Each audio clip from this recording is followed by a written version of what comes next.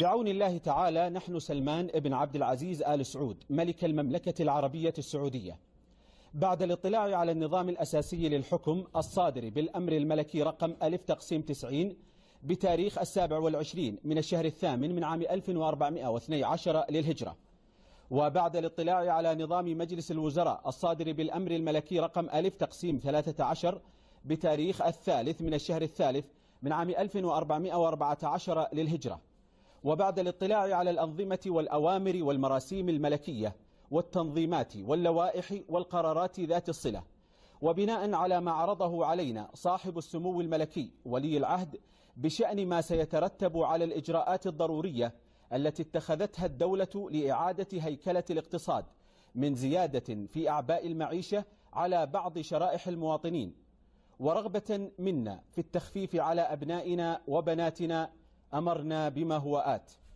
أولا، تصرف العلاوة السنوية للمواطنين من موظفي الدولة المدنيين والعسكريين لهذه السنة المالية 1439-1440 للهجرة اعتبارا من 14 من الشهر الرابع من عام 1439 للهجرة الموافق للأول من الشهر الأول من عام 2018 للميلاد.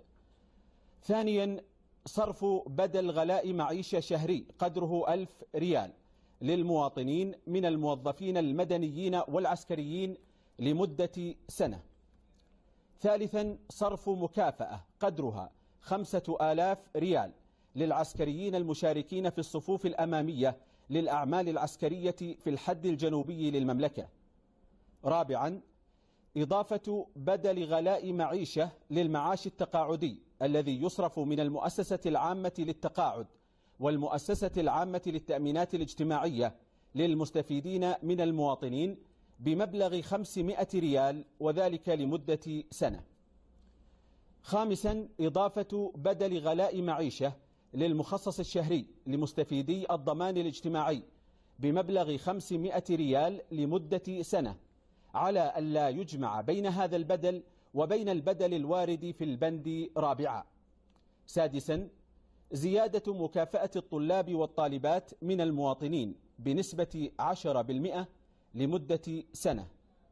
سابعا، تتحمل الدولة ضريبة القيمة المضافة عن المواطنين المستفيدين من الخدمات الصحية الخاصة والتعليم الأهلي الخاص.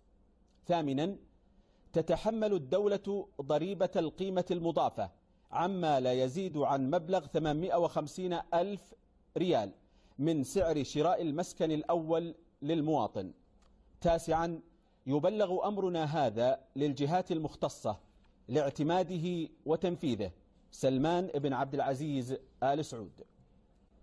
صدرت توجيهات خادم الحرمين الشريفين الملك سلمان بن عبد العزيز آل سعود أيده الله بتوحيد مواعيد صرف الرواتب لكافة العاملين في الدولة لتكون في اليوم 27 من كل شهر وفقا للتقويم الميلادي، وتوحيد مواعيد فواتير الخدمات لتكون خلال الأسبوع التالي لصرف الرواتب.